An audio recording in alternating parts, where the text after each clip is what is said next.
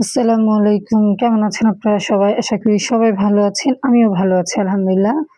তো অনেকদিনই video post করা হয় নাই কারণ আমি অসুস্থ ছিলাম তাই। তো আজকে আমি সকাল, সকাল উঠে নাস্তা বানাতে চলে আসলাম।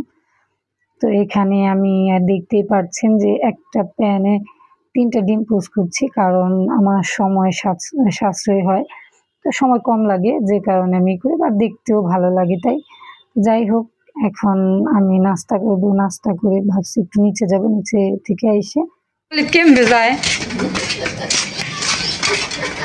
তুমি কেমনে চালাও এই কি রাস্তা দিয়ে ওইভাবেই আসো?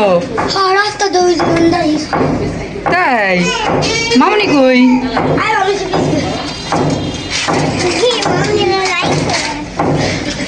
ওই যে বোন ব্যথা পাবে আবার। দে আমি উঠাই দেই। বাবা একাই উঠাইতেছি দেহ।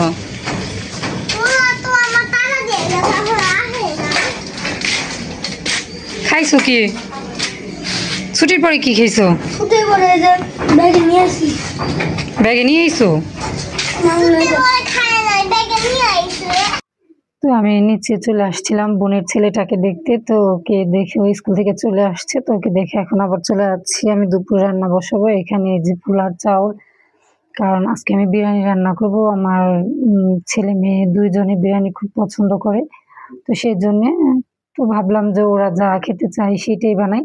তো এখানে যে মুরগির মাংস, আসলে বিরিয়ানি দেখবেন যে গরুর মাংস না হলে ব্রয়লার মুরগি ছাড়া ভালো হয় না। তো এখানে লেবু, শসা, আমি লেবুটা দিয়ে টক দই বানাবো তাই। আর এইটার মধ্যে আমি রান্না করব।